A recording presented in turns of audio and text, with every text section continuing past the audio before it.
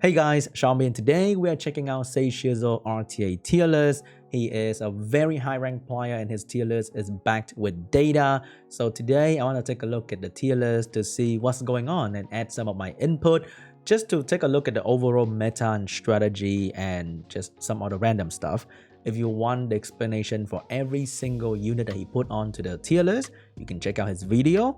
For me in this video, I will take a look at the meta as a whole and not go too hard into the individual unit.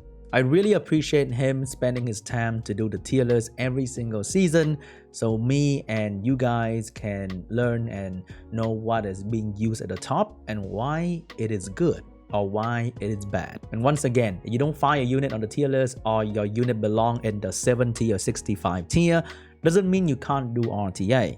It just means you're gonna be more creative with what you are using, or just don't do RTA. It's gonna be a pain. But anyway, let's take a look at the tier list, shall we? So if you take a look at the top tier unit, it is a bunch of LD Nat 5 and one Lulu away.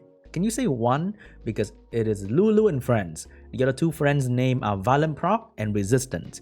So Lulu is at the very top of the tier list, but as you can see, except for Colonel blending into the top tier unit, it is all LD Nat 5. In the past, there are usually 1 or 2 or 3 LD Nat 5 in the very top tier, and you see a wide variety of other elemental unit. But nowadays, the stronger ones are mostly LD Nat 5. This is a good and a bad thing for Comtours, I would say, because in the past, when you get an LD Nat 5, most of the time it is kind of garbage. Like, it's just really bad. And people will get pissed because getting an LD Nat 5 is a very rare and joyful occasion. But when you look it up, it turned out to be absolute garbage. Then nobody would spend money to buy LD Scroll. So now LD Nat 5 are dominating, which means the game is very pay to win, but I don't think that is breaking news for anybody. But LD Nat 5 are crazy. For each LD Nat 5, there's a sort of counter strategy to them. After playing a lot of RT in the high rank right now, I realized that you gotta be comfortable fighting every single one of them. So yeah, it's just a random Tuesday now when you fight LD Nat 5. But Lulu, it is the very top. If you are picking a healer in RTA in this current days and age, if you're not picking like a specific unit to counter certain thing like No Will Annabelle for the Gianna, or Praha for the strip, or Molly for the crazy healing, you are most likely gonna pick Lulu because she's just really strong. One Violent Proc from tilting the entire nation in RTA. It's just that crazy. In terms of win rate, Lulu also has an insanely high win rate, and she's amongst the top 10 highest win rate in the game right now among other LD Nat 5 unit. And she's a free-to-play option, which is kind of crazy. How between all these whaley, like Leviathan looking option, we have Lulu standing at the very top. And this has sparked an entire great debate around whether she's gonna get nerfed or not. And I make a video about it as well, and I go into details, you can check it out. In short, nobody knows, but they nerfed Vega before, and Vega used to be, I don't know, in the 90s as well because of how crazy versatile that unit was. Then maybe they're gonna do something about Lulu, who knows. But then you might also be wondering, why am I not winning? I pick Lulu all the time too, but I'm not winning. A lot of people in RTA right now have their best Vial, HP, Speed, Resist set, the Lulu, which means you don't have another support healer. So usually they ban Lulu and you're dead. Or if they take Lulu, then you're stuck with no healing. And when you look at the next best immunity option on the list, you have to scroll all the way down, passing 2 LD Nat 5 options to find a Fran down there in 75, according to say Shizzle. So maybe consider having a Fran in your arsenal, either on double Nemesis Will with low stats to counter more or other stripper, or just a normal Fran can be used as well. She is still a very incredible healer, just not as crazy as Lulu. Why is she not as crazy?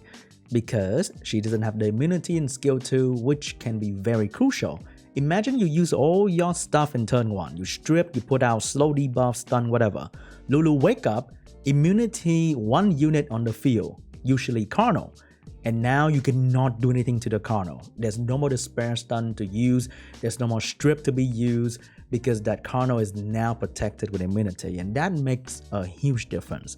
Fran can violent proc out of stun and put up immunity, but that doesn't cleanse the unit that was stunned or slow.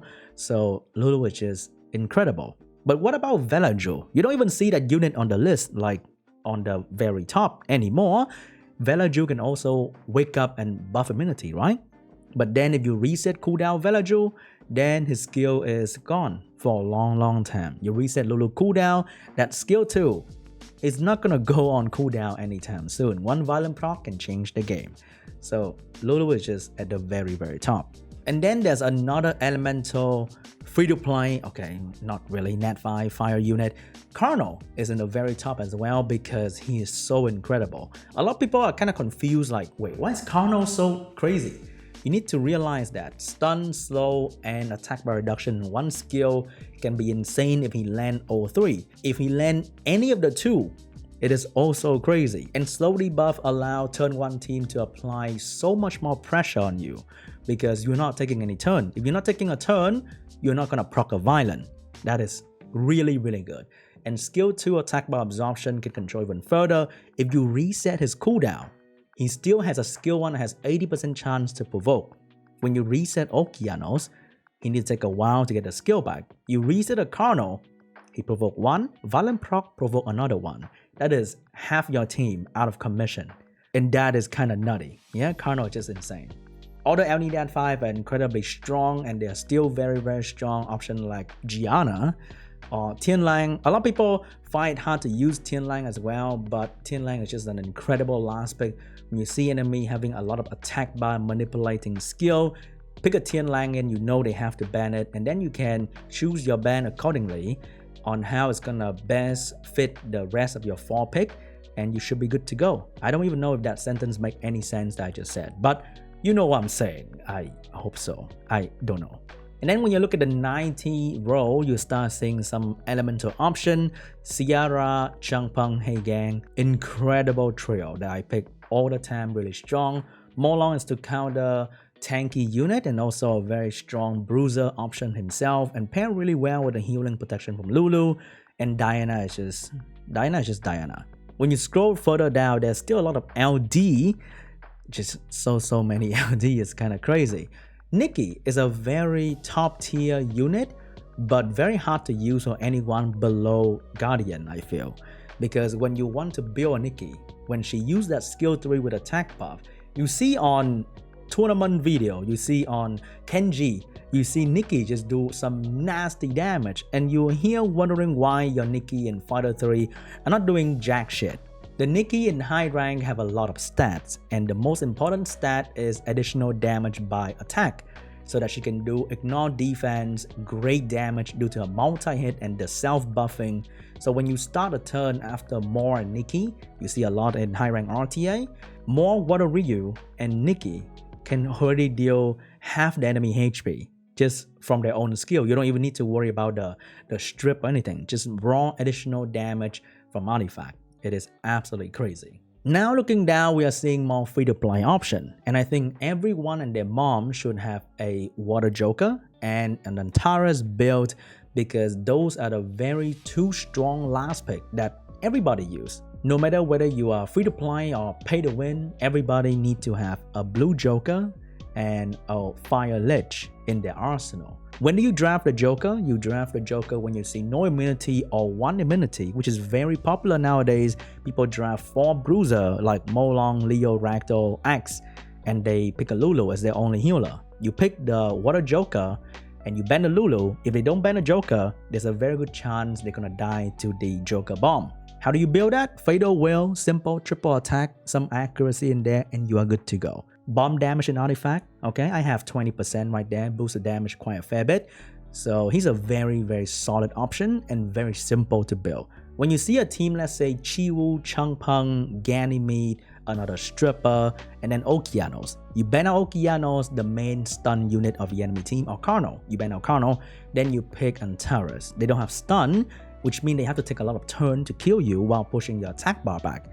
but nobody's gonna push Antares around. He's gonna proc and shit on them. So team like Chiwu, Savannah, Gani, Changpeng, and even Wunsa, Gianna, you pick an Antares in there, Antares is gonna give them a lot of pain, yeah? And because you can build Antares with no speed, just Despair, Revenge, attack with damage HP, and he's gonna do a lot of annoying things. Looking further down, we are seeing Artemiel, who has fallen from the 95 and above position because of Onimusha, the crit rate bug fix, and just more control in general, making this unit very, very hard to use. Artemiel become a very niche unit that you can only use when you don't see any stun. It is very similar to how you pick probably Antares. Then Artemiel will disturb the enemy and stun them. But nowadays, everybody kind of have a Carnal, kind of have an Oki, kind of have a Ciara, and those will just shut down Artemiel so quickly. So when I look at this, every free-to-play player out there, every single one of you who wants to start RTA, and you don't know what to build first, this is a very clear-cut look at the RTA situation right now. You need to have a Lulu, a Fran, a Vert, a Water Joker, and a Lich, okay? And then whatever Nat 5 you're having, you can slap on top of it, right? With the meta favor first turn team with double Stripper and triple CC, a triple Revenge Vert is always needed, and you can drive him almost all the damn time. It is an RNG option to counter the enemy strategy. People hate it. They call it lame or whatever, but if you don't have any other things to use, you need to have this, okay? So if you're starting out in RTA and you don't know what to build, there are two things you can build first right now, which are Lulu and Vert. I'm not sure how Lulu is gonna be touched later on, but I think Lulu is still gonna be a very strong option. Or maybe it's gonna be replaced by the light version of Lulu, because the light version of Lulu is pretty good as well. Very strong healer, immunity buff, and has a cleansing and skill too. A very solid option. And then if you have a Carnal, you have a Molong, then you can start drafting like turn 2 comp. You see a lot double immunity, Carnal, Molong, and then a last pick depending on the situation with a Diana or Blue Joker or Water Lich, depending on the situation. If you're going for a turn 1, then there are so many turn 1 options in the high tier unit choice. If you are looking at this tier list and you're like, I have 0 Stripper and all the Stripper listed in the tier list are all Nat 5 unit, what the hell do I do? I'll give you some option, okay? If you can replace Gianna in the tier list with a free-to-play Stripper, I'll put in Bearing. Strip into 2-turn silence is quite decent.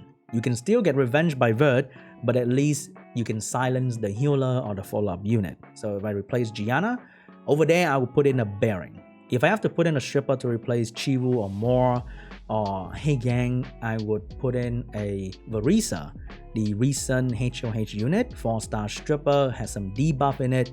Not bad, and the debuff will block Lulu immunity, which is really, really good as well. Or there's another classic, more old school option being the Fire Fairy 2A, but you need to max her skill 3 and she can strip into a slow debuff, which is really good as well if you need a stripper and you don't own any of these Nat 5 stripping unit that you're seeing on a tier list right now. And the Fire Fairy can pair really well with Tyrone ATB pushback when there's a slow debuff condition. So if you're looking to get a turn 1 playstyle, you kind of have Ciara, Changpeng, but you don't have a stripper, then these are some other options you can consider. And also, Asher is a very important unit to build. If you're seeing a cleaver, you're seeing Bastet first pick, you want to pick a speed lead and Asher pretty much immediately to put pressure on the enemy cleaver. If you have Samath, take it immediately. You see a Bastet first pick, always go into a Samath position. You don't want to give it away to the enemy. In the 70 tier, there are 2 units that I really enjoy using right now, right at this moment. Abilio and Elucia. They are healers, but they also bring a lot of value to the table. And because Lulu is drafted pretty much every match, I don't need to put runes on Lulu because my playstyle doesn't have Lulu in the first 3 picks.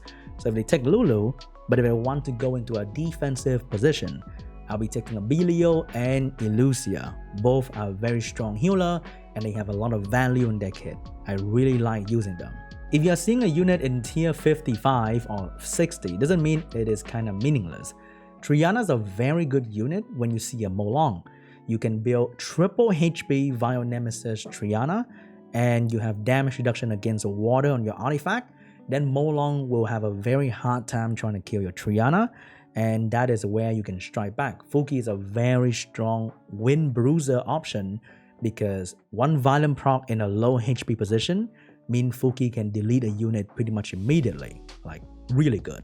John the Fire Surfer I think is also a quite underrated option right now. I think because a lot of people don't have him, not having him skill up or not using him, picking him properly. So he's right down here in the 65 range, but I think this guy can be quite insane, and I really enjoy seeing him getting used as well. There are so many other options down here with immunity, but it's just they get shadowed by Lulu so much because of how versatile, how insane his support can be.